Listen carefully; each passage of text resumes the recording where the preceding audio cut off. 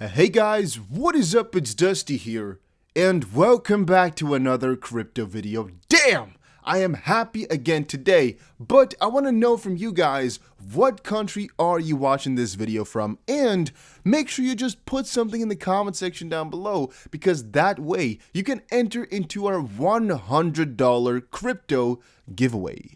3 simple steps: make sure you press the like button, make sure you are subscribed, and make sure you comment something down below. Moving on, Straight Up XRP has posted over on Twitter a direct attack by Hodge twins against the XRP community and all XRP YouTubers. Some guys are mentioned there. Please do us a favor and grill them. Everything wrong on so many levels.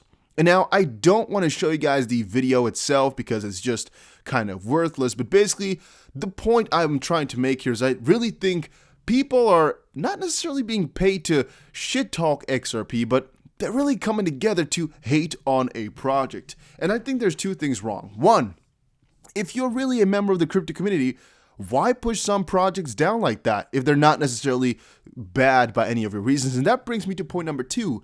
These guys who are trying to push it down, they never have real good reasons.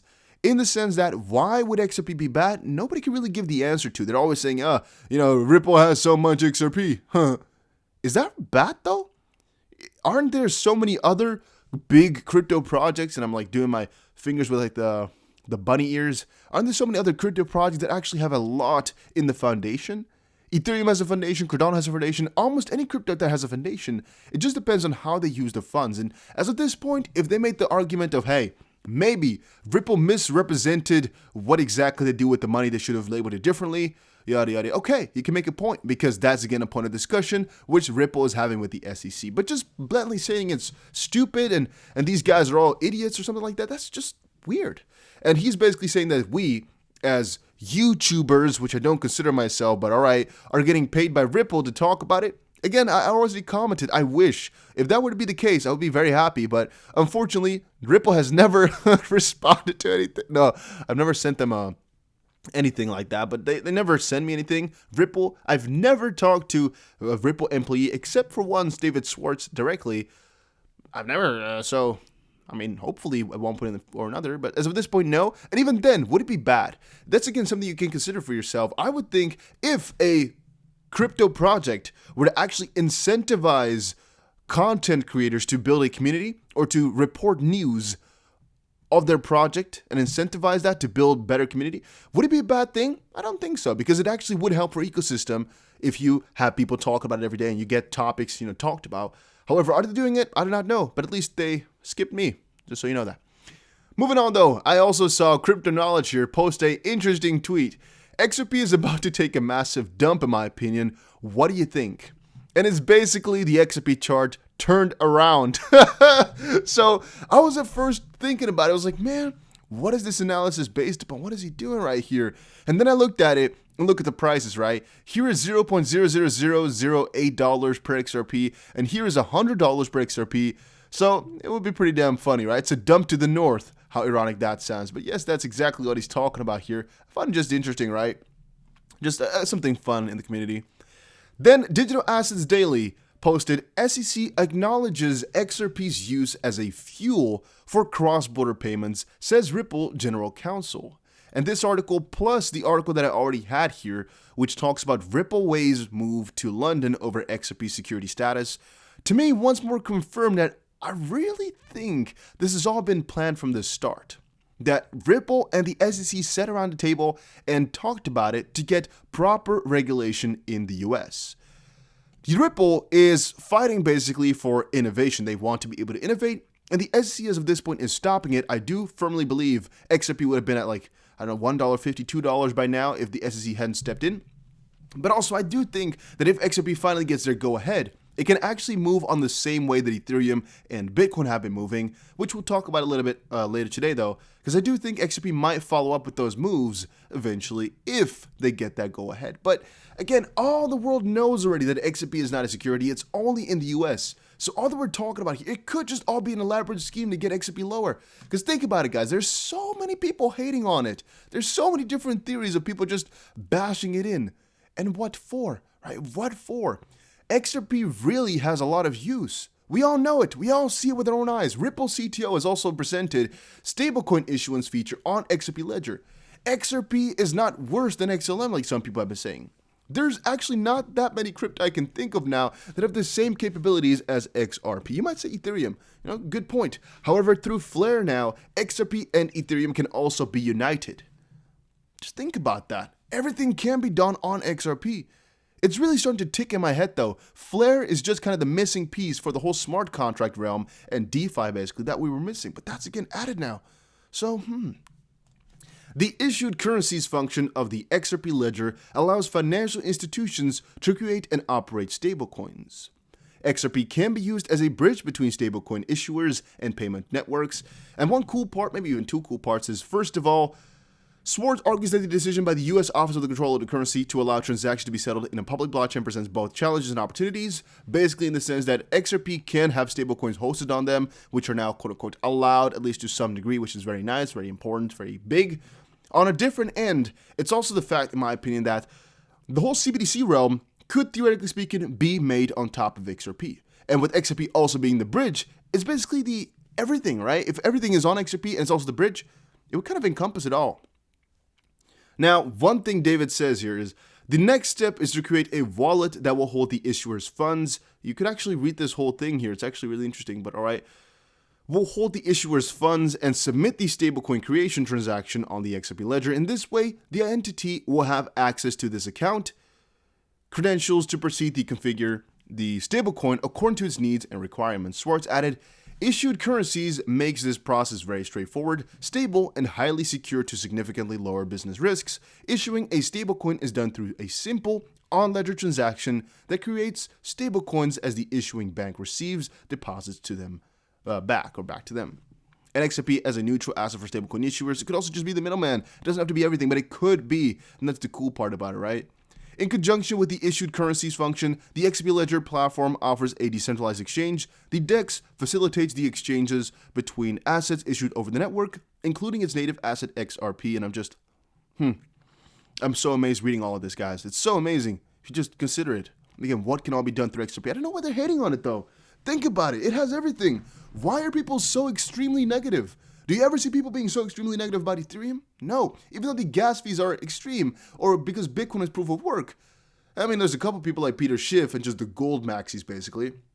But it's not the whole crypto community that hates those things. Why is XRP being so bashed in? I really don't get it. Now, one thing we should also prepare for and think about is Asia. All right, I've not made that clear in the beginning of this video here, but it's very important. Now, before we get into that, that's part 2 kind of, make sure you check out 5 Minute Crypto. It's my second channel. I post a video on here every single day, just 5 minutes worth of crypto content, but I'm going to be expanding it, all right? I'm going to post a video, as I said, every single day. It's going to be big, it's going to be useful, and this is something you can recommend to your friends who are not that really into crypto to just quickly watch, because they don't have to watch 3 videos a day of like 15 minutes long, because that's a lot of work, possibly, to update yourself with crypto. This is just a couple minutes a day. So simple. Anybody could check it out. So make sure you also subscribe to it. Make sure you send this around, right? It's going to be big. It's going to be useful. And also check out GSX. It's a thing I've personally bought, put a couple $1,000s into. You don't have to, but you can check it out, because again, it could be pretty cool. You also have a staking feature, which came on here now, but basically GSX is a gold-backed coin. And their idea is they have right now gold-rich land and basically some gold mine already. They're going to be mining more, which is going to be reinvested into more land and so forth and so on. And since the coin is basically backed by that land and the gold, it should, theoretically speaking, keep going up in value. And I think it's a pretty cool idea. But again, maybe I'm missing something. Right now, you have a 22% bonus and a 5% bonus for using my link. Check it out. So, Asia's retail FOMO could be behind XRP's rally despite the SEC's lawsuit. Quote, unlike Coinbase or other regulated exchanges, Korea and other Asian exchanges do not need to care that much of what the SEC does, and investors in Asia are less sensitive about the news. So there's 2 things here. One is culture. Second of all is really the kind of connection between the news and what it really does. So culture in the sense that these guys care more about facts rather than allegations and about just news in general. That's not necessarily important for the network itself. This news is only talking about XRP could be a security in America. That's again the news basically.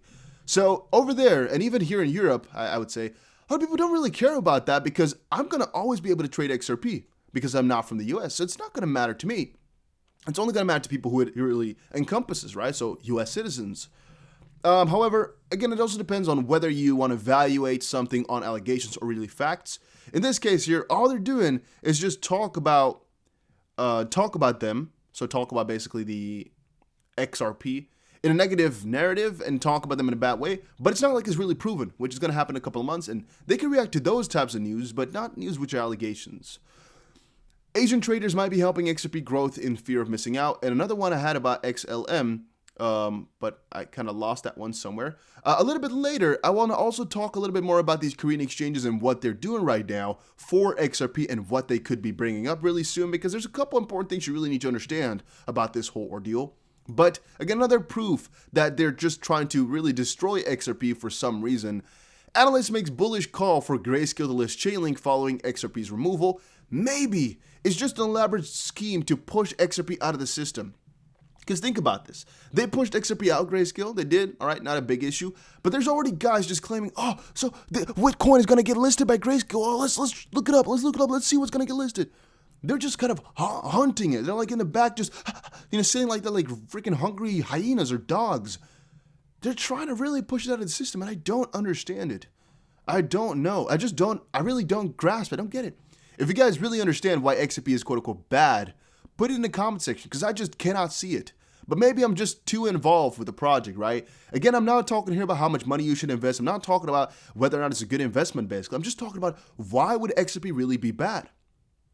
Because it could be, if all these allegations, for example, are proven to be wrong, would XRP in any way, shape, or form be a really bad coin or shit coin still? I don't understand.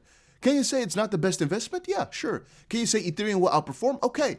But is it really a bad coin? I just don't get it. Why?